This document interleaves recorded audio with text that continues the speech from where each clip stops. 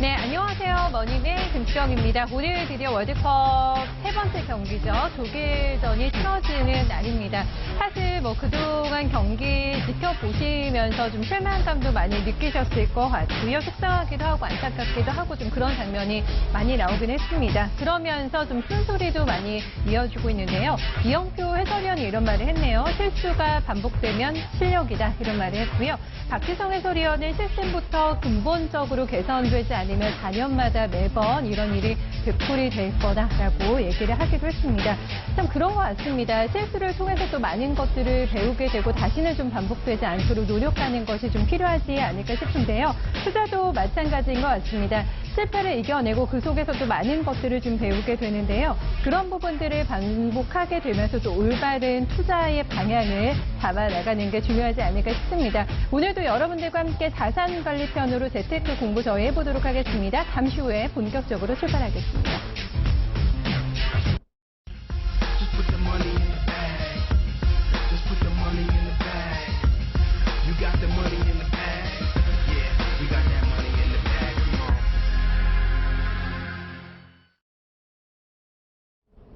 네, 수요일 자산관리편으로 함께하겠습니다. 방송 보시면서 궁금한 점 있으시면 바로 저희한테 연락 주세요. 저희가 전화 언제든지 받고 있습니다. 서울 전화 2128입니다. 이쪽으로 연락 주시면 되고요. 또 SNS 경로도 언제든지 열려 있습니다. 쪽지나 게시글 남겨주시면 저희가 방송이 종료된 이후에도 확인해서 좀 답변 드리니까요. 전화와 그리고 SNS 많이 이용해 주세요. 02-325-8200번으로 네, 전화 문의는 주시면 되겠습니다. 수요일에 항상 함께하고 있는 머니우먼이죠. henken 파트너스의 최우진 이사 모셨습니다. 이사님 안녕하세요. 안녕하세요. 안녕하세요. 이사님 오늘 축구 어디서 응원하세요? 어디서 보세요? 네. 오늘 좀 몸이 좀 안 좋아서 집에 가가지고 열심히 응원하려고 합니다. 네. 축구 좋아하세요, 이사님? 축구 되게 사실- 막 파이팅이 넘치시니까. 사실 어릴 때는요, 네. 제가 믿기진 않으시겠지만 초등학생 때는 직접 제가 축구 경기를 네. 반에 이제 남자 아이들과 하기도 했었거든요. 하셨어요? 아니 믿겨요. 네, 그런 되게, 어울리세요. 되게 tom보이 같은 성격이었어가지고 네. 어릴 때부터 그렇게 해서 안경도 깨먹고 했었는데 지금 이제 보는 거. 근데 사실 이제 그런 부분에서도 약간 단합심이라든지 네. 약간 같이 응원했을 때 느낄 수 있는 그 열정과 에너지 때문에 좋아하는 거지. 맞아요. 그 뭐 축구 경기라든지 그런 스포츠 자체를 저는 좀 즐기진 않는 것 같아요. 예. 그 분위기가 되게 좋잖아요. 또 그쵸. 같이 이렇게 모여서 얘기하면서 응원하는 그 재미가 있는데 네. 어떻게 될까요? 오늘 어떻게 예상하세요? 독일 경기? 네.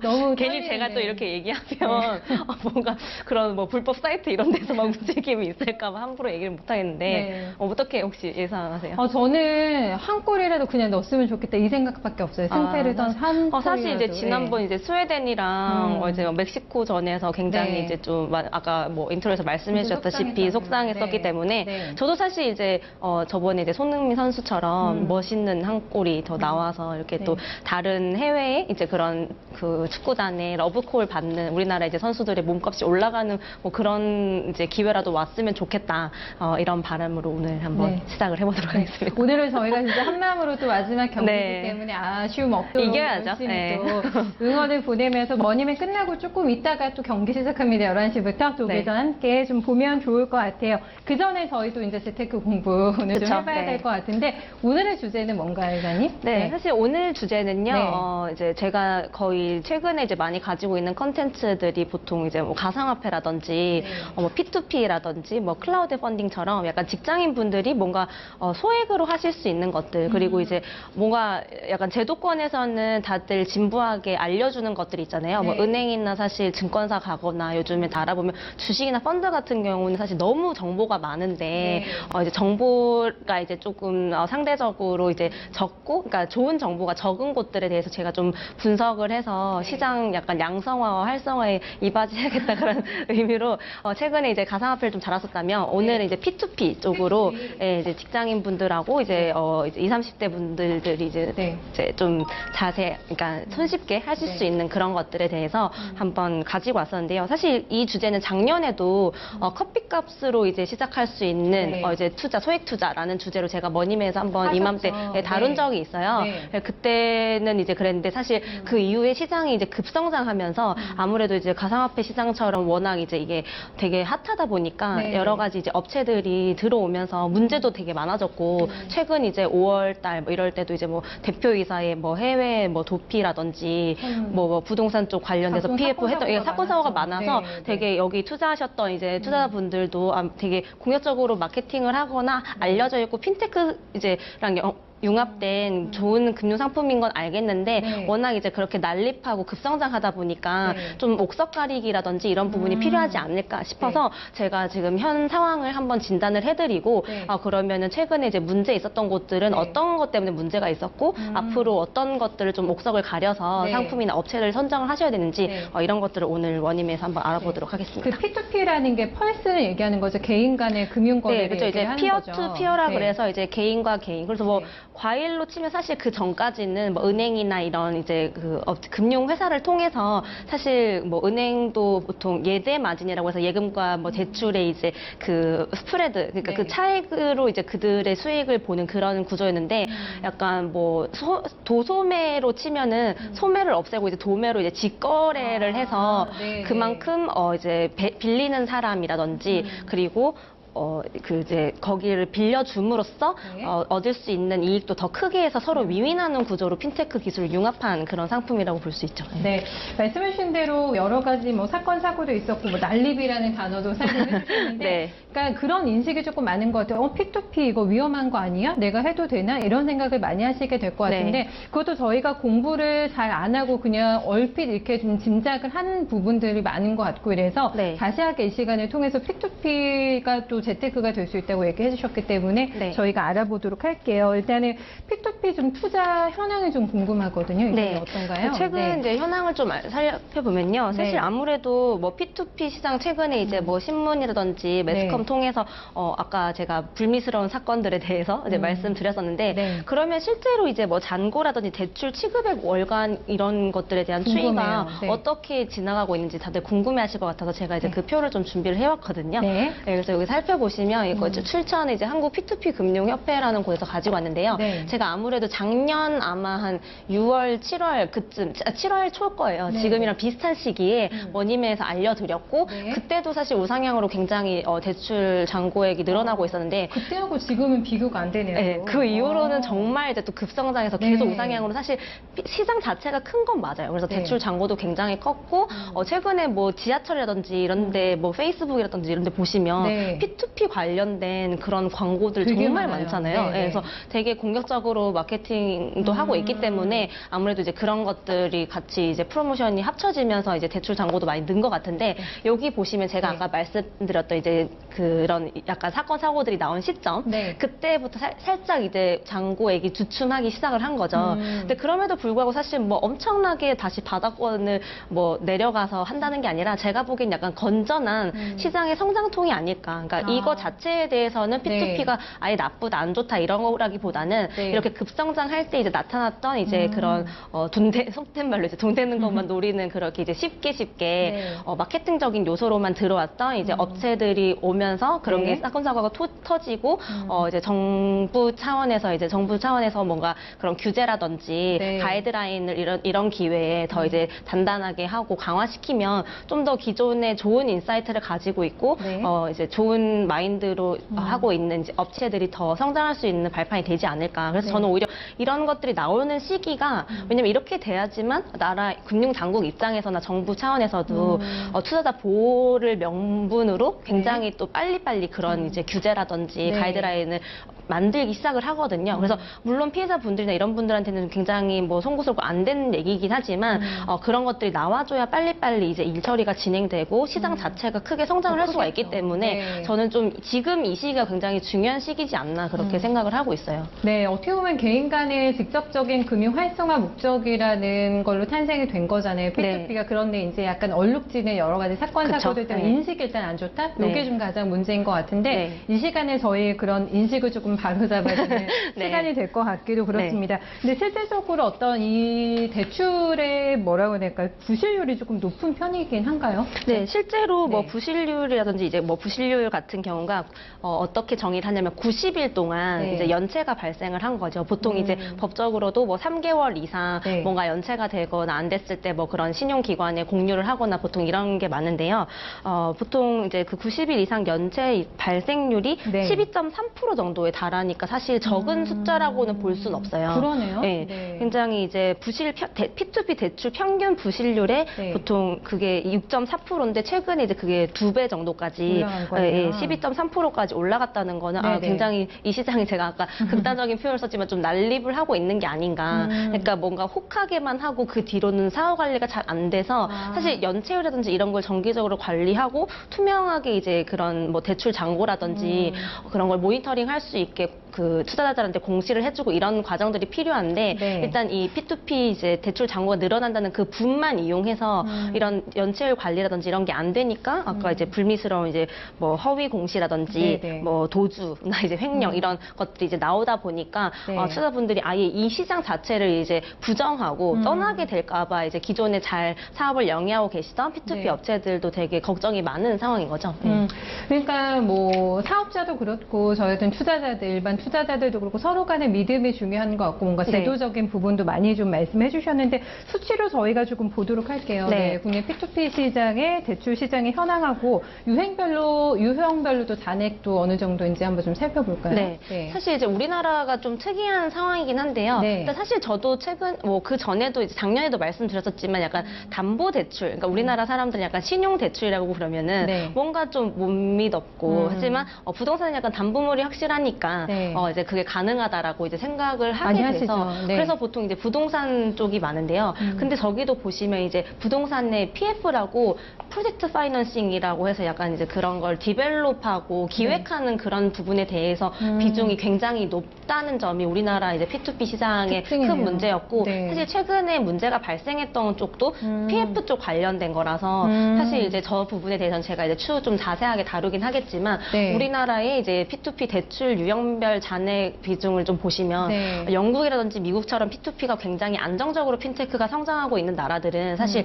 신용 대출 쪽으로 그런 이제 시스템을 잘 갖추면서 네. 그 신용 평가라든지 뭐 채권 수심 이런 것들을 되게 꼼꼼하게 체계화 시켜 놔가지고 오히려 신용 대출이 더 많은 편이고요. 그런 PF라든지 부동산 비중은 이제 굉장히 낮은 편이거든요. 우리나라는 반대네요. 우리나라랑 이제 반대라고 아. 보시면 돼요. 어떻게 네. 보면. 사실 제가 생각하기에는 뭐 일본도 마찬가지였고 예전에 이제 버블 경제 그리고 네. 미국도 사실 일본의 그 선례를 봤지만 또 이제 리먼 쇼크 때 보면은 같은 이제 것으로 또 부동산 쪽으로 이제 경기가 악화되거나 위기가 왔었잖아요. 네. 근데 그런 것들 오히려 이제 한번 크게 겪었던 나라들이기 때문에 아. 좀 더 보수적으로 이제 개인들 신용을 좀 더 관리해서 네, 이런 네. 원래 P2P의 이제 본연의 그런 목적에 좀 더 치중을 하자 이렇게 해서 우리나라랑 약간 이제 통계 지표가 반대로 나오는 것 같거든요. 자정작용이 이미 많이 좀 일어난 것 같아요. 그렇죠. 해외는. 네.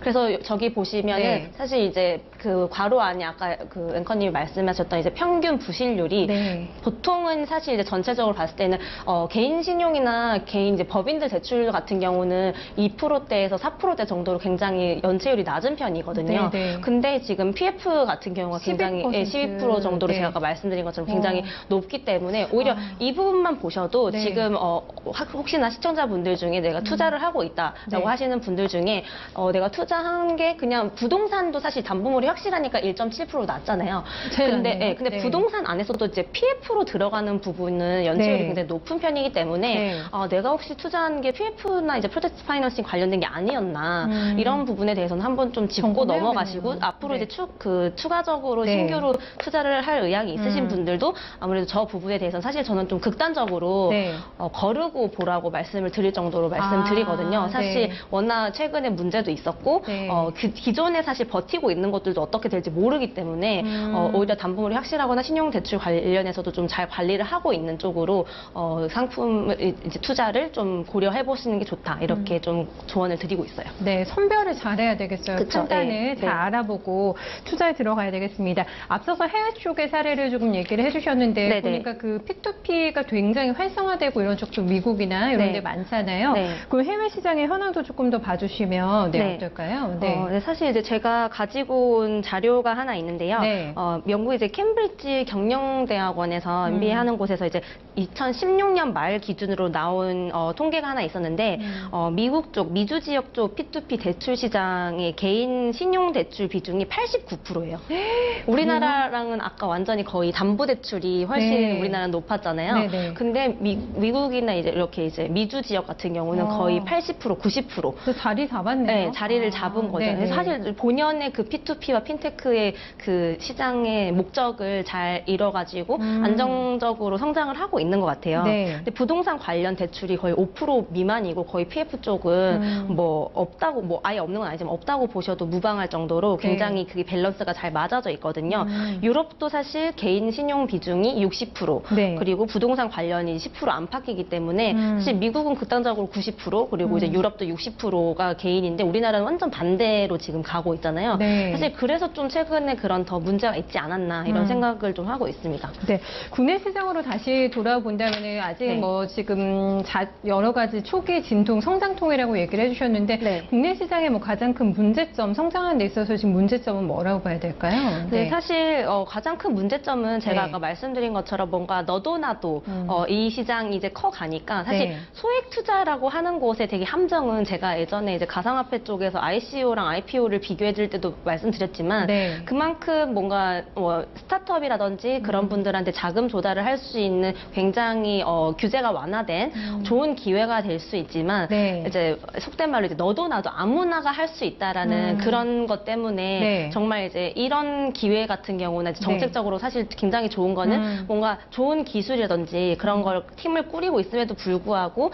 기존에 좀 약간 융통성 없는 네. 그런 까다로운 조건들 때문에 자금 조달이라든지 이런 것들이 어려웠던 업체들한테는 정말 희소식이고 건전하게 성장을 할 수 있는 그럼요. 거지만 네. 그게 아니고 이제 그걸 오히려 이제 악용만 하고 남용만 하는 업체들한테 이제 먹잇감이 될 수도 있는 거잖아요. 그래서 되게 역설적인 시장이기도 한데 네. 그래서 최근에 이제 당장 시작해서 돈을 벌 수도 있으니까 오히려 이제 다들 P2P 투자하시는 분들 같은 경우는 네. 이제 뭐 10%, 뭐 세전 세후 뭐 10몇 프로 이렇게 하면은 사실 투자자들 입장에서는 혹하잖아요. 왜냐면 네. 워낙 요즘에 저금리다 보니까 하이 리턴이니까 은행에 넣어놓으면 그냥 뭐 2%, 뭐 3% 이렇게 주는데 네. 10%대 뭐 이렇게 해서 준다는데 완전 땡큐죠. 그러니까 다들 뭐 이제 만기도 짧다. 그래서 이런 말이 나왔어요. 고고단이라고 혹시 들어보신 적 있어요? 고고단. 네, 고고단이 뭐냐면 이제 고금리, 네. 네, 그리고 고금리 그리고 이제 고리워드 그리고 이제 단기 상품이라고 해서 아예 요즘 이런 소액 투자 쪽에서는 고고단이라는 키워드가 굉장히 유행할 정도거든요. 그러니까 사실 투자자분들도 굉장히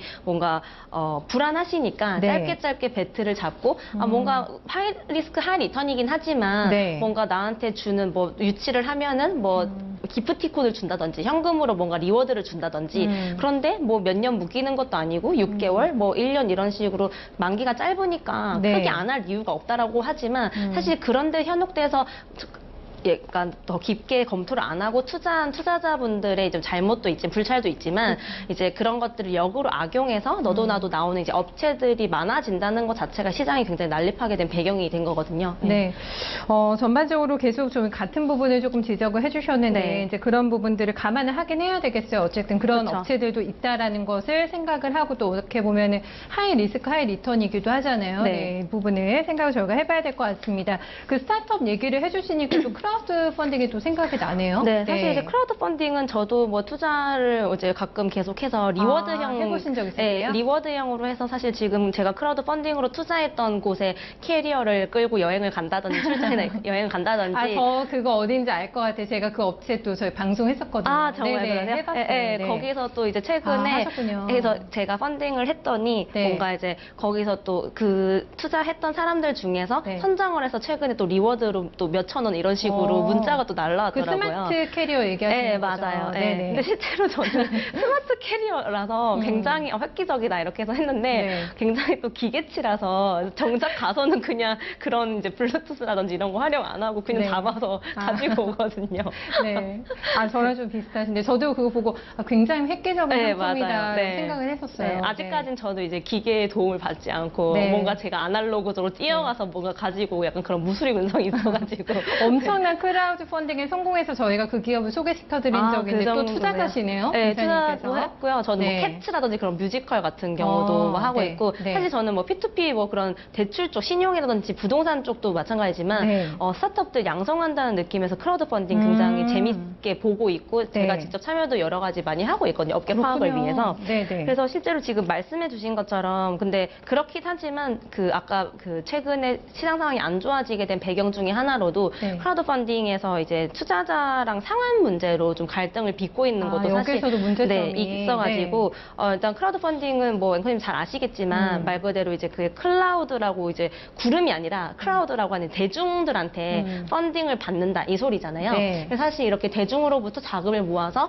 사업이나 아이디어에 이제 투자하는 건데 어떻게 보면 사실 ICO도 뭐 비슷한 개념으로 개념이죠. 볼 수 네. 있는 거죠. 그래서 네. 집단 지성을 통해서 사업 계획을 검증을 하고 이런 것들을 보여주면서 그 아까 말씀드렸던 네. 업체도 아이디어만 있으면, 아이디어 보고 네. 이 업체 정말 잘 될 것 같다 네. 그랬는데 기존에 예상했던 것보다 되게 엄청 펀딩이 잘 돼가지고 크게 성공을 한 곳이잖아요. 그래서 그렇죠. 다수에 의한 십시일반 투자를 지향한다. 십시일반. 네. 근데 사실 오히려 뭐 되게 소액 투자로서는 사실 이것도 좋은 게 없는 게 투명하게 뭔가 이렇게 봤을 때 여기는 많은 사람들이 사업성을 인정하고 있고 되게 핫하고 많이들 이렇게 자체 마케팅이 되는 거죠. 저걸 보거나 네. 저거를 들고 다니거나 노출하는 사람들이 나도 투자했으니까 서로 잘 되기 위함으로 더 홍보를 하고 다니지 않겠어요. 그래서 그렇죠. 굉장히 네. 선순환으로 잘만 되면 그렇다고 생각을 하는데 최근에 이제 우리나라에서도 2016년 1월에 이렇게 시행이 됐었거든요. 네.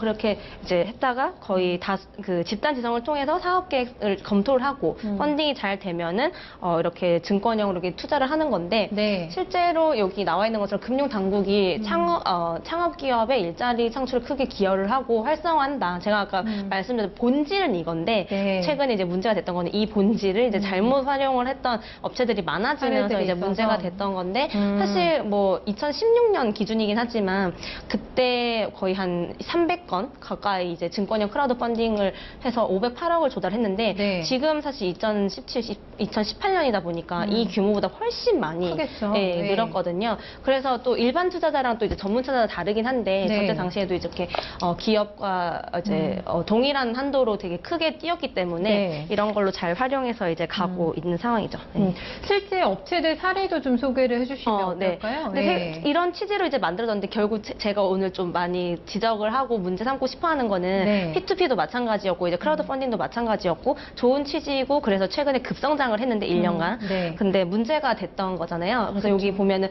원금 보장 안 되는데 사실 원금 보장이라는 단어가 들어가는 순간부터 사실 유사수신 행위로 이제 들어가는 거잖아요. 그쵸. 네. 네. 근데 원금 보장 안 되는데 투자자 속이는 뭐 크라우드 펀딩. 여기 보면 문제는 크라우드 펀딩 정책이 스타트업 투자금 유치에만 초점을 맞추다 보니까 정작 이제 투자자 보호를 위한 장치가 좀 미비하다는 점이 굉장히 이제 큰 문제고요. 단점이죠. 네. 네. 사실 근데 이 부분은 그런 네. 가상화폐 시장에서 ICO 시장이나 그런 크라우드 펀딩 그리고 이제 P2P 쪽 관련해서도 다 일맥상통하는 게 우리나라 지금 일자리 창출, 뭐 네. R&D 쪽으로 뭐 정부 예산도 굉장히 많이 들어가 있고 네. 앞으로 우리가 뭐 기름 한 방울 안 나는 나라에서 이렇게 젊은이들, 청년들 밀어주겠다라고 하면서 네. 이런 것들을 활성화는 시키지만 아이러니하게도 그러면 사실 투자자들도 같이 보호를 해줘야 되는데 네. 그쪽 정책에만 너무 이제 크게 가다 보니까 약간 사회학 방문처럼 아직 이런 보호가 없어서 문제가 생기는 게 아닌가. 네. 제가 저번에도 말씀드렸지만 이제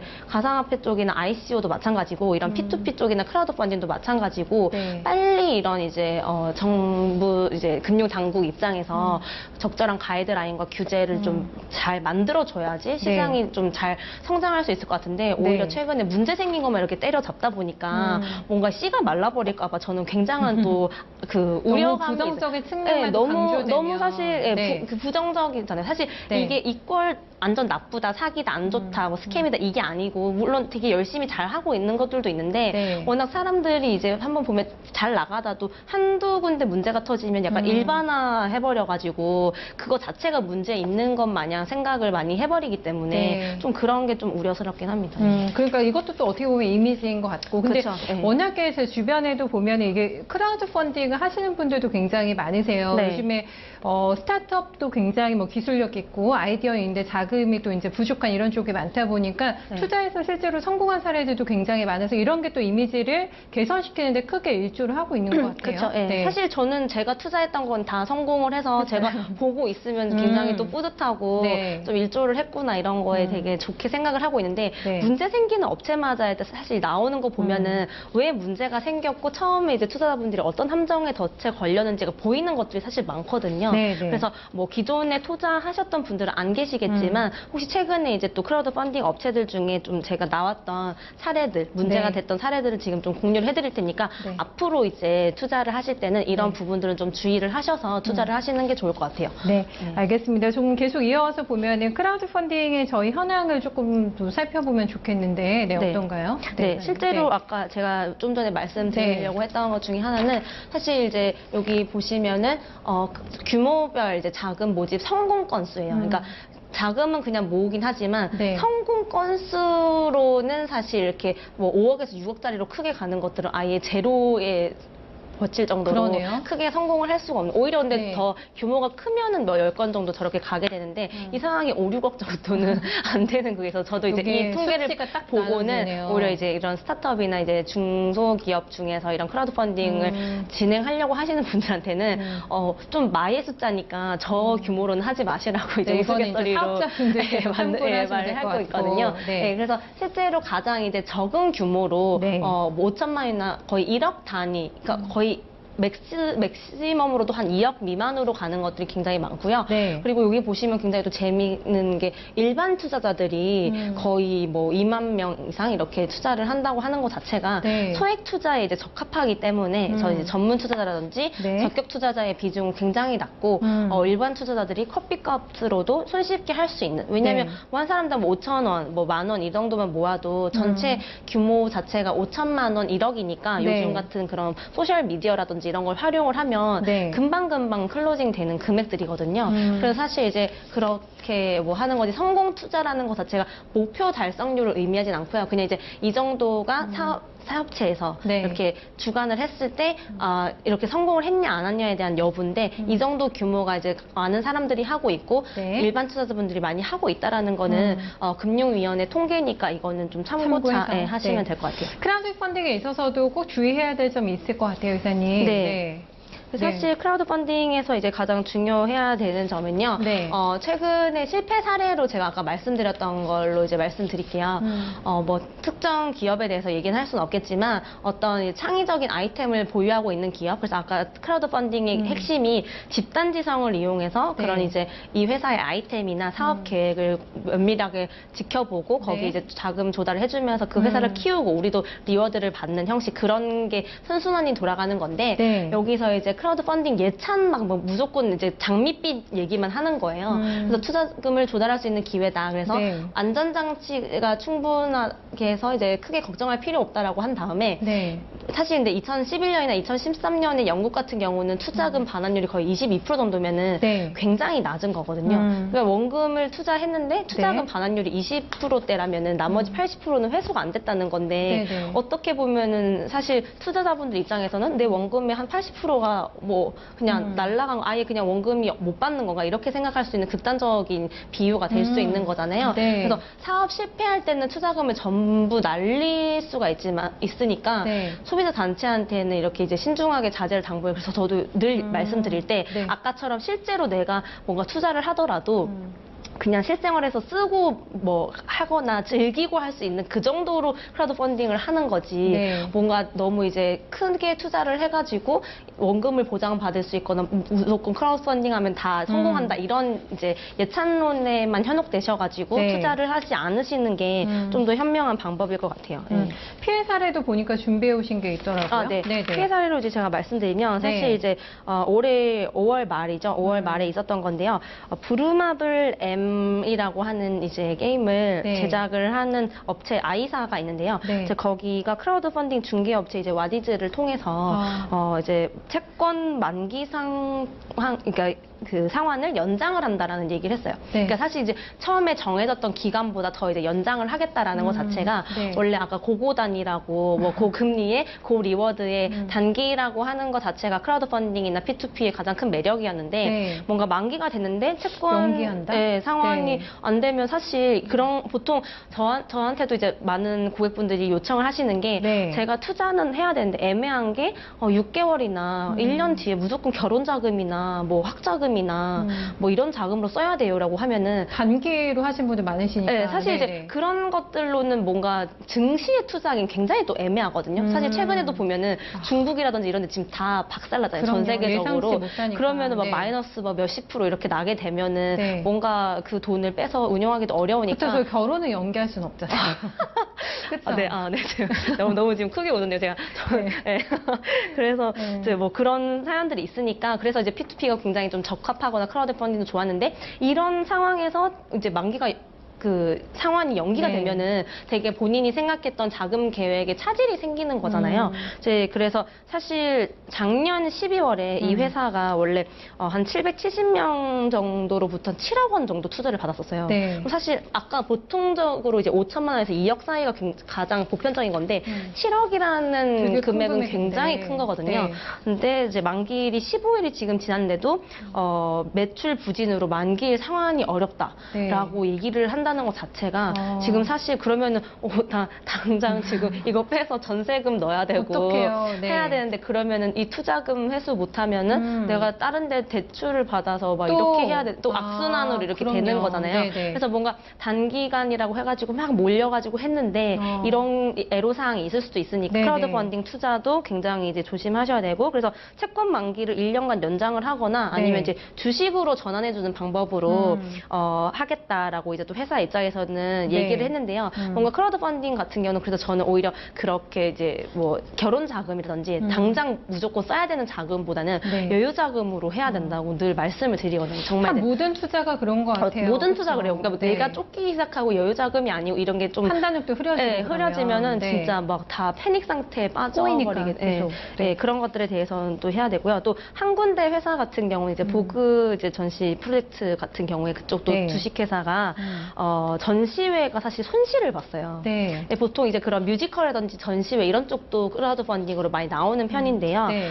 그래서 만기 상환이 사실 올해 1월이었어요. 근데 그게 어렵게 되니까 네. 한 10차례에 걸쳐서 계속 상환 예정을 미룬 거예요. 네, 네. 예를 들면 1월인데 1월 말에 하겠습니다. 뭐 2월에 하겠습니다. 3월에 하겠습니다. 이거 계속 지금까지 계속 이어져 온 거죠. 네. 근데 이제 원래 뭐 벤자민 버튼의 시간은 거꾸로 간다라고 하는 이제 영화가 네.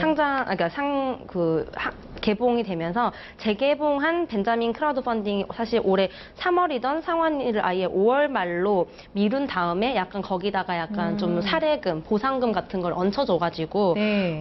근데 마이너스 23%의 수익률을 돌려줬어요. 아이고. 무조건 플러스가 아닌 거죠. 사실 그 영화 자체가 이제 네. 핫하게 되거나 네. 뮤지컬 자체가 핫하게 되지 않으면 뭔가 전시회나 예술적인 것도 보면은 사실 좀 복불복이잖아요. 흥행이 돼야 흥행하는 하니까. 영화나 사실 뮤지컬 이런 거는 네. 극소수인 거지 모두가 다 대박 나는 건 아니지만 근데 보통 와디즈나 이런 데서 그 세일즈를 할 때는 네. 너의 이름은 그 일본 그 애니메이션 영화 있잖아요. 네. 그거라든지 뮤지컬 캐츠 같은 거 사실 엄청나게 흥행을 했었기 때문에 되게 크죠. 그런 네. 것들을 사실 그 중계를 했던 업체 중에 하나예요. 그러다 보니까 아무래도 그 투자자들한테 굉장한 큰 신뢰도가 있었고 네. 이런 곳이 뭔가 이런 걸 중계를 하고 상품 유치를 했다면 네. 믿을만 하지 않을까라는 이제 생각을 했다고 하지만 사실 크라우드 펀딩은 정말 벤처 기업에 투자하는 거라고 생각을 하셔야 되기 때문에 뭔가 좀 신중하게 이런 것들에 대해서는 검토를 하시고 그럼요. 대응을 하셔야 될 것 네. 같아요. 뭐 주식시장도 대기업에 투자해도 사실 손실이 나기는 걸 그쵸. 감안을 해야 되는 건데 내 투자 성향에 맞는가 이걸 일단 따져봐야 될 것 같고 네. 아까 뭐 급한 자금 같은 경우에 투입하면은 이제 네. 판단이 흐려질 수가 있기 때문에 기간도 내가 여유 있게 가져갈 그쵸. 수 있는지 그리고 이런 마이너스도 부분들. 될 수도 있다는 거 사실 감안하고. 원금 그 보장도 아니고 네. 원금 손실이 있을 수 있는 왜냐면 투자니까요. 그래서 그렇죠. 아까도 이제 상환일도 2달 미뤄졌는데 네. 투자 수익률까지 마이너스 23% 플러스도 아니고 네. 리버스라고 했지만 사실 그것도 감안해서 이제 그만큼 마이너스를 본 게 된 거니까 그래서 여기서 제가 말씀드리고 싶은 골자는 뭐냐면 무조건 그 핑크빛 이제 뭐 장밋빛 론 그 예찬론만 믿지 마시고 네. 최근에 이렇게 만기 도래됐던 것들이 계속 딜레이가 되고 있거나 아니면 딜레이가 되면서 거기다가 투자 수익률 회수율까지도 이제 마이너스가 되는 경우도 많으니까 무조건 크라우드 펀딩 이퀄 이제 뭐 예찬론이든지 이런 건 네. 아니니까 잘 따져보시고 네. 투자를 하셔야 된다고 말씀드리고 싶어요. 알겠습니다. 제가 약간 쉬어가는 타임으로 해서 저희가 P2P랑 크라우드 펀딩 공부를 하고 있는데 저희 시청자님께서 질문을 조금 주셔가지고 네네. 그거 조금 여쭤보고 또 다음 순서 조금 넘어갈게요. 네. 첫 번째 질문입니다. 요즘에 SNS 많이 하시잖아요. 네네. SNS를 통해서도 최근에 P2P 광고가 되게 많거든요. 네. 여기서 확산이 되고 있는 P2P 대출 투자는 어떨까요? 라고 질문을 주셨어요. 네. 기사님. 네.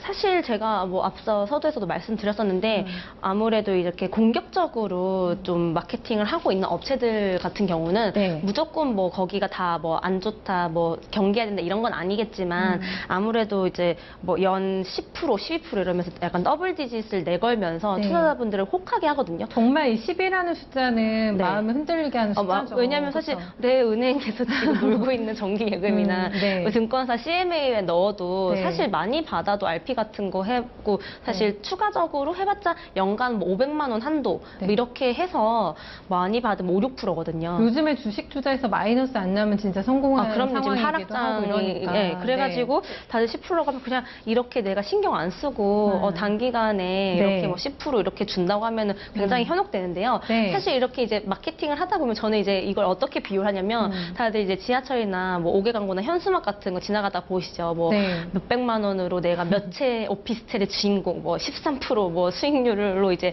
월세 부자가 되세요. 뭐 이런 거랑 사실 비슷한 건데 네. 너무 좀 극단적인 그런 마케팅은 저는 좀 좋지 않다고 생각을 하거든요. 이미지도 훼손시키고. 네. 근데 사실 이게 이자 소득세가 아니라 그 P2P 같은 경우에는요. 네. 실제로 이제 세금 같은 경우가 이자 소득세가 아니다 다른 걸로 적용이 되기 때문에 27.5%예요. 15.4%가 아니거든요. 네. 그래서 실제로 10% 12%지만 거기 세금과 수수료 3%를 빼면요.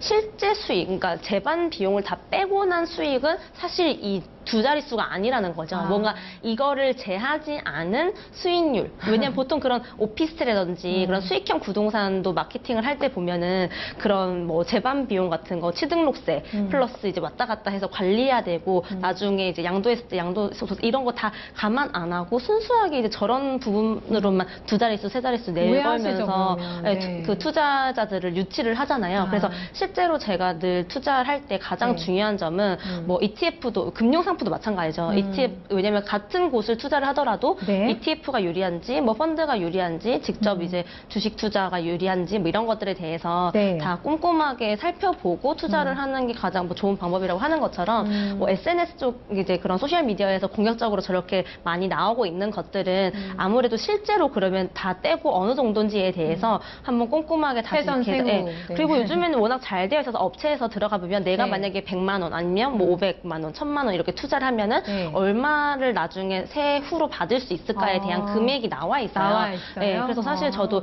그 금융계산기 이런 거 보면은 네. 적금 만기일 이런 것도 보면은 실제로 2, 3%라고 하지만 나중에 그걸 다 떼서 보면은 비과세인지 아니면은 세금 뭐 우대인지 아니면 일반인지에 따라서 받는데 다르잖아요. 근데 2%, 3%가 아니고 실제로는 그 반 정도로 계산된 걸로 나오잖아요. 네. 그래서 실제로 모든 투자나 저축을 하실 때는 이런 부분으로 다 계산을 해보셔서 실질적으로 10% 이상 나오는 업체는 거의 없다라고 보시면 되고요. 오히려 제가 더 말씀드리고 싶은 거는 저런 걸 이제 막 16%막 이렇게 극단적으로 엄청 높게 나와서 네. 세후로 해도 10% 나오는 거는 네. 정말 좀 문제가 있는 것들이 많아요. 사실 PF 쪽 관련해서 네. 그 아까 연체율이 거의 12.3% 나왔잖아요. 그런 그런 상품들? 데일수록 더 많거든요. 그래서 오히려 좀 그런 곳들은 더 좀 한 번 더 꼼꼼히 보시거나 그냥 좀 극단적으로 저는 제하고 보라고 말씀을 드리고 있어요. 예. 네. 일단은 잘 알아야 되죠. 네. 내가 투자를 할 정말. 거면 직접 들어가서 네. 정말 다 살펴보고 문제가 없나 이런 그 자세가 조금 필요할 것 같다라는 또 생각도 듭니다. 네. 두 번째 질문 주신 거는 빌리는 사람이나 아니면 이자를 받는 사람의 입장에서나 다 경쟁력이 있을까요? 네. 서로 윈윈인가요? 이런 질문이거든요. 네. 사실 네. 이제 P2P의 이제 본연의 그 목적 자체가 네. 제가 아까 뭐 인트로에서도 말씀드렸다시피 그런 이제 그 소매나 이런 중간에 유통거래를 다 빼고 네. 예, 개인과 개인 간의 약간 직거래 장터 이런 느낌으로 해서 서로한테 좀 더 이익을 주기 위해서 하는 거기 직거래 때문에 대출 시장. 네, 네. 직거래 대출 시장이라서 사실 네. 빌리는 사람이나 거기를 그 빌려줘서 이자를 받는 사람의 입장에서 메리트가 있기 때문에 선진국 같은 경우에서는 굉장히 크게 발전했겠죠. 성장을 하고 네. 있는 거거든요. 우리가 생각했을 때 제1금융, 2금융에서 대출을 못 받는 사람이 있어라고 생각하지만 네. 되게 많은 사유로 인해서 이런 P2P 쪽이라든지 다른 쪽에 투자를 하거나 돈을 빌리시는 뭐 개인 뭐 소상공인이라든지 이런 분들 많으시죠. 엄청 많아요. 네네. 그래서 그런 분들한테는 어떻게 보면 굉장히 좋은 시장이기 때문에 중금리로 네, 빌릴 수 중금리죠. 있는. 일단 네. 평균적으로 대출 금리는 낮진 않아요. 네. 보통 이제 1금융이 뭐 4%대, 5%대고 이제 2금융이 뭐 이제 7, 8, 9%, 10%대라고 하면은 P2P로 빌리는 건 한 14%대 거의 카드론 전 정도라고 생각을 하시면 되거든요. 네. 높음에도 불구하고 제가 아까 말씀드린 것처럼 수요가 있죠. 네, 1금융, 2금융에서 안 되는데 카드로 인해 이런 극단적인 사채 이런 쪽은 아니지만 네. 그 사이에 약간 좀 양성화된 걸로 그 중간 단계. 중간으로 네. 이제 가는 걸로는 한 14.36% 정도가 지금 P2P 대출의 평균 금리인데요. 네. 그래서 이제 뭐 보통 투자를 할 때 빌리는 사람 입장에서도 적게는 200만 원에서 네. 많게는 뭐 1억 정도, 1억 이상 넘는 금액도 빌릴 수가 있어요. 이 정도 금리에. 네. 사실 정말 흑자 도장 같은 거 피하거나 이러려면 급하게 급전이 필요하신 이제 사업하시는 분들 굉장히 많으시거든요. 네. 그런 분들한테는 사실 이런 것들을 유용하죠. 통해서 네. 회사를 이제 계속 종속시키고 유지시킬 네. 수 있다면 또 되게 좋은 수단이기 때문에 그런 걸로 이제 보시면 되고요. 그리고 중개회사는 사실 이제 그러면서 어떻게 보면 여기도 예대 마진인데 네. 그래서 이제 투자자분들한테 이자를 받는 사람 입장에서는 높은 이제 이자를 줄 수가 있는 거예요. 그래서 되게 잘 영위하고 있는 업체들 보면은 다 떼고 뭐 7, 8% 그러니까 아까 27.5%라든지 네. 3% 수수료 떼고 나서도 한 10% 정도 받는다고 하면은 네. 그 사이에 수수료 제한 금액은 중개회사, P2P 중개회사가 먹는 거고요. 나머지 이제 그 부분은 투자자분들이 이자로 먹기 때문에 네. 은행이라든지 다른 쪽 투자 상품보다는 굉장히 좋은 수익을 거두실 수 있으니까 네. 사실 이게 업체라든지 상품만 선정이 잘 되면은 네. 굉장히 좋은 저는 시장이라고 생각을 하고 있거든요. 네. 건전하게 운영된다면 그렇죠. 정말 근데 그걸 네. 찾는 게 정말 어려운 것 그 같아요. 길을 저희가 지금 네. 찾아가는 과정인 네. 것 같고 네. 네, 그렇습니다. 일단은 소액으로도 나도 투자할 수 있는 여러 가지 어떤 그런 방안에 대해서 좀 좋은 길이라고 저희가 좀 공부를 하고 있는 것 같은데 네. 소액 투자도 좀 분산 투자가 또 중요할 것 같고 여러 가지 또 저희한테 당부 말씀 주실 게 있으실 것 같아요. 네. 회장님. 네. 일단 뭐 제가 준비해온 걸로는 한 4가지 정도가 되는데요. 네. 일단 뭐 가장 크게로는 사실 이제 소액으로 할 수 있는 만큼 다들 이제 제가 주변에 제 자산가 고객분들 보면은 네. 가진 게 많으실수록 굉장히 보수적으로 투자를 하세요. 왜냐면 진짜 몇십억, 몇백억 이렇게 오히려. 몇천억 가지고 있는데 네. 한 1%라도 잃게 되면은 그게 타격이 엄청 나거든요. 금액이 또 크니까. 네, 그래서 오히려 1%라도. 굉장히 보수적으로 운영하려고 하시는데 그래요? 오히려 직장인분들이라든지 소액으로 투자하시는 분들은 네. 사실 또 하이리스크 하이리턴만큼 시드머니를 불릴 수 있는 걸로 좋은 수단은 없죠. 그렇기 때문에 저는 오히려 그러니까 좋은 제도이긴 하지만 네. 아까 앵커님 말씀해주신 것처럼 우리가 지금 그런 옥석을 그럼 찾아갈 수 있는 그 길을 찾아가고 있는 거잖아요. 과정이다. 네, 일단은 네. 뭐 높은 수익률을 뭐 은행이나 뭐 증권사에서 나오는 제도권 상품들보다는 굉장히 가져다 주는 대신에 뭐 아까 연체율 나왔던 것도 있고 좀 불미스러운 일도 있으면서 지금 시장이 성장통을 겪고 있는 상황이기 때문에 네.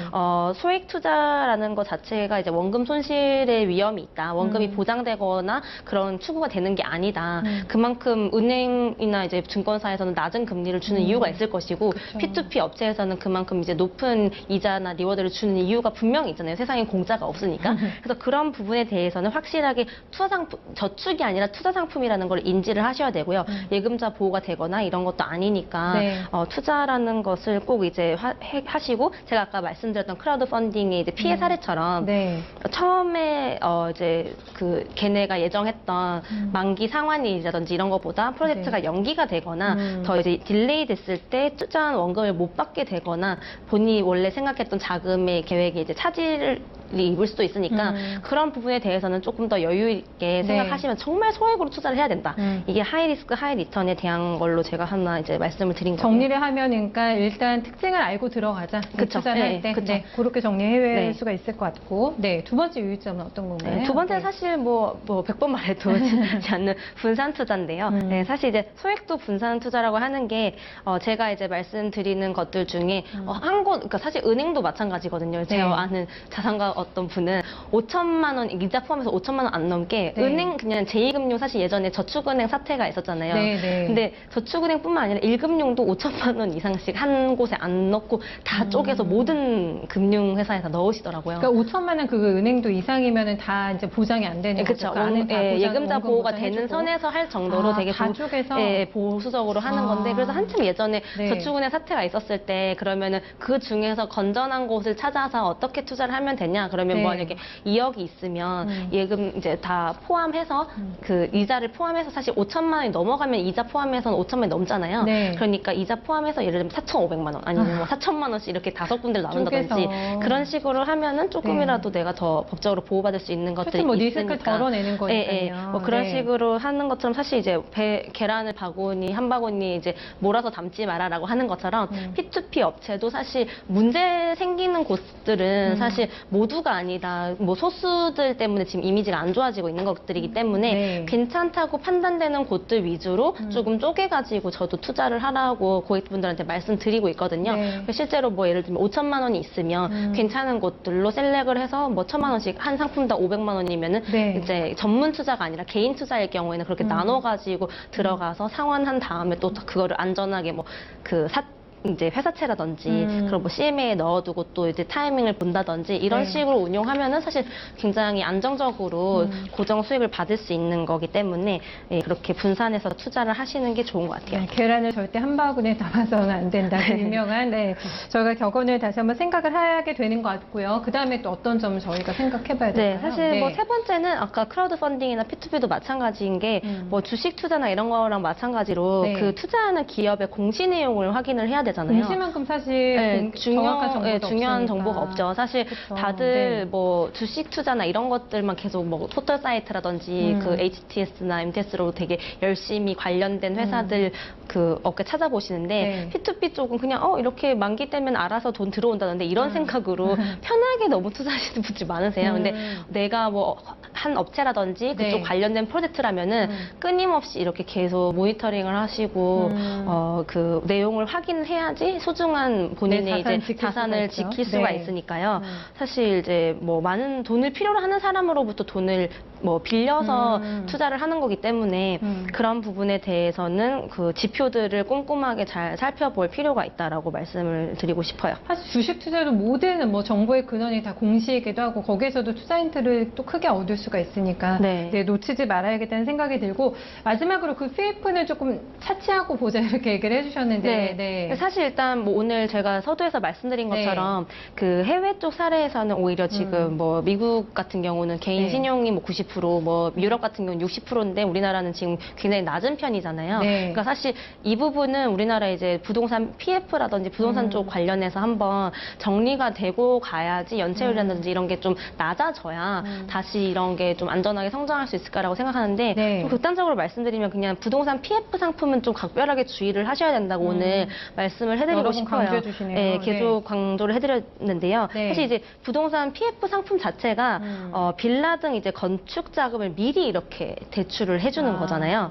그렇게 정상적으로 사실 이제 건물이 세워져서 네. 분양이 되고 나서부터 이제 그런 것들이 담보가 생성이 되기 때문에 어떻게 보면은 그 담보물이 확실하게 정해지지 않은 상태에서 이게 그 프로젝트가 진행되는 진행이 되는 거니까. 거라서 네. 굉장히 어떻게 보면 위험한 거거든요. 요즘에 또 이제 뭐 공사하다가 뭐 문제가 생겨 중도에. 민원이나 이런 것 때문에 중도에 뭐 이제 진행이 안 되거나 이런 리스크가 굉장히 그렇죠. 크기 때문에 네. 사실 투자 단계에서는 담보물의 가치가 그냥 없다라고 보시면 돼요. 그러니까 그냥 좀 아예 없는 건 아니지만 미미하다라고 보는데 물론 네. PF를 해서 잘 성공된 왜냐면 연체율이 12.3%니까 네. 나머지 예를 들면 보수적으로 봤을 때 80% 정도는 잘 그 되고 있다는 거지만 나머지 20% 정도는 이런 것들이 뭐 중간 공사 건설 중간 단계에서 문제가 생기는 경우가 굉장히 많기 때문에 네. 그런 것들에 대해서는 좀 우리가 사실 10개 중에 8개만 성공하고 2개에 약간 운 안 좋게 걸리게 되면 되게 소중한 자산을 잃을 수가 근데 있잖아요. 또 내가 거기에 속할 수 네, 있는 뭐 거니까. 사실 안 그러는 네. 법은 없으니까 그쵸. 오히려 이제 이런 부분은 PF는 이런 문제 때문에 최근에 네. 문제가 됐었고 연체율도 많은 거라서 네. 내 담보물이 없다라고 보는 관점에서는 좀 더 각별하게 네. 주의를 하셔야 된다라고 네. 생각해야 되고 또 네. 부동산 경기가 하락을 할 때 왜냐면 우리나라도 지금 계속 최근에 오르고 있다 뭐 그리고 지방부터 뭐 언제 터질 거냐 뭐 10년 위기서 이런 것들이 나오고 있어서 네. 부동산 경기가 하락하게 되면 담보물에 대한 예상 가치가 떨어지게 되면은 네. 그런 부분에 대해서도 국내가 지금 아까도 PF 아니고도 부동산 쪽 관련해서도 그 비중이 굉장히 높았잖아요. 네. 그게 어떻게 보면 지금 우리나라 P2P가 앞으로 성장하는 데서 좀 약간 걸림돌이 되지 않을까 이렇게 개인적으로 생각을 하고 있는데 네. 오히려 이제 그런 부분에 대한 부동산 경기 하락, 뭐 경기에 대해서 어떤 식으로 전망하는지에 대한 것도 꼼꼼하게 살펴보시고 알겠어요. 그래서 지방 쪽 아니고 예를 들면 서울에 절대 떨어지지 않는 그런 불변의 법칙의 지역에 하고 있는 건지 아닌지 프로젝트의 그런 뭐 이제 그 성격이라든지 네. 그런 자세한 것들에 대해서 면밀하게 살펴보시고 네. 투자를 하셔야 될 것 같아요. 네. 마지막으로 머니우먼의 이 팁을 궁금해하시는 분이 많을 것 같아서 그런 네. 옥석을 어떻게 가려야 되냐, 좋은 업체나 상품을 골라내는 법을 조금 알려주세요. 네. 사실 제가 그래서 최근에 좀 스터디를 하고 있는 게 있는데 네. 사실 그 프로젝트 파이낸싱, PF 쪽이나 담보물 설정, 사실 부동산 쪽이 네. 왜 우리나라가 저렇게 그 미국이라든지 유럽이랑 다르게 개인 신용보다는 부동산, 뭐 담보 설정 쪽으로 많이 그 자금이 몰리게 됐냐면 네. 그냥 단순하게 이제 세일즈 하시는 분들이 그냥 부동산 쪽은 담보물이 있으니까 개인은 그냥 그 먹튀해서 막 속된 말로 그 없어 도주하면 그만인데 네. 부동산은 담보물이 있으니까 할 수 있지 않냐라고 하는데 사실 이 부분에 대해서도 약간 함정이 있는 게요. 네, 마케팅적인 네. 함정이 있는 게 원래 저렇게 이제 PF라든지 부동산 쪽 담보 설정된 곳에 투자를 하게 되면은 PF는 아까 말씀드린 것처럼 문제가 되는 게 이게 완공이 돼서 분양이 끝나기 전까지 담보물이 안 생긴다는 점 때문에 제가 일단은 네, 네. 그 초보 투자자분들 같은 경우에는 부동산에 밟지 않으신 분을 거르는 게 좋다고 말씀드린 접근하시지 거고 말자고. 담보물이 네. 있는 경우 같은 경우에도 지금 문제가 뭐냐면 사실 네. 이제 P2P 중개 업체에서 근저당권을 설정을 해요. 그러니까 개인이 예를 들면 투자를 하잖아요. 네. 그러면 개인의 이름으로 이제 근저당권이라든지 질권이 설정되는 게 아니라 네. P2P 업체 이름으로 근저당권이 설정되거든요. 아, 그런 거예요? 예, 그래서 최근에 뭔가 문제가 많이 되고 있는 네네. 업체들의 뭐 부실, 뭐 업체들의 뭐 약간 문제, 불미스러운 일들이 생기면은 아무리 내가 투자한 것에 대해서 근저당권이 설정돼 있다고 하더라도 채권자한테 설정이 되어 있는 게 아니라 회사한테 설정이 되어 있는 것이기 어디에 때문에 설정이 돼 있는지 전혀 봐야 되는 거네요. 그 효력이 발생을 못해요. 그래서 제가 이제 지금 그런 쪽으로 스터디를 하고 연구를 하고 있는 게 네. 그러면 P2P 업체들 중에서 이제 건전하게 성장할 수 있는 회사들 중에 그러면 투자자한테 직접적으로 근저당권이나 질권을 설정을 해줄 수 있게 하는 이제 시스템이라든지 네. 그런 걸 도입하는 P2P 업체가 좀 더 건전하게 살아남을 수 있지 않을까 이런 이제 생각을 하고 있는데 그렇게 좀 준비하고 있는 회사들도 있고 상품들도 조금씩 나오기 시작하는 것 같더라고요. 그래서 왜냐하면 또 근저당권은 네. 사실 질권이 더 앞서는 거예요. 그러니까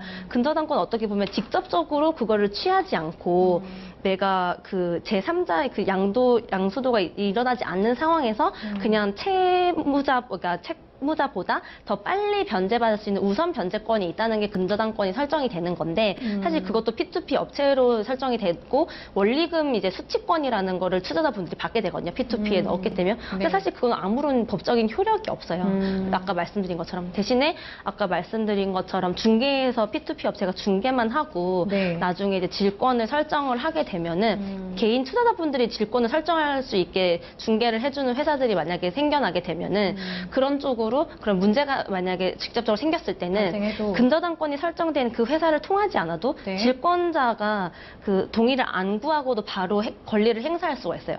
그러면은 거기를 이제 경매 낙찰이 돼서 네. 배당도 받을 수 있고요. 아, 그래요? 네, 그래서 그 중개 업체보다 좀 더 앞서는 권리를 가지고 있다는 점에서 리스크를 좀 더 이제 낮출 수가 있으니까 아무래도 우리나라 사람들 이제 투자하는 성향을 보면 미국이랑 이제 유럽이랑 다르게 네. 개인 신용보다는 이제 부동산, 담보물 이런 거에 대해서 다들 치중을 하시는데 네. 근데 어떻게 보면 원리금 수취권이라고 하는 것 자체가 법적인 효력이 없으니까 그런 거 안에서도 근저당권이 누구 이름으로 설정이 되냐 아니면 질권이 직접 내가 설정을 해서 그 투자금에 대해서 내가 나중에 뭔가 부실됐을 때 뭐 그런 경매라든지 이런 걸로 낙찰받아서 내가 직접적인 권리가 행사 가능하냐 안 하냐에 대해서 검토를 하시고 네. 소중한 자산을 투자하셔가지고 P2P 업체들도 이제 이런 것들을 대해서 많은 시스템 도입을 했으면 좋겠고 투자자분들도 소중한 네. 자산 잘 안 잃으시게 꼼꼼하게 이런 특히 부동산 쪽 담보물은 법적인 거랑도 많이 연관이 되어 있기 때문에 네. 좀 투자 사실 이제 은행 쪽이나 증권사 쪽의 CMA나 예금보다는 사실 되게 수익률 면에서는 매력적인 투자처이면은 맞죠. 예, 네. 그게 되게 확실하잖아요. 네. 그래서 이런 부분에 대해서 그냥 무조건적으로 뭐 SNS에 현혹하는 그런 곳만 고르지 마시고 좀 더 스터디를 열심히 하신 다음에 네. 이런 쪽으로 투자자를 보호해줄 수 있는 걸 잘 해주고 있는 업체인지 아닌지 그런 상품인지 아닌지를 옥석을 잘 가리셔가지고 네. 투자를 하시면 좀 안전하게 운용하실 수 있지 않을까 네. 그런 생각이 듭니다. 결론은 또 공짜는 없네요. 네, 열심히 공부를 하고 꼼꼼히 따서 가야 되겠어요. 네. 네, 오늘도 1시간 동안 수고 많으셨습니다. 네.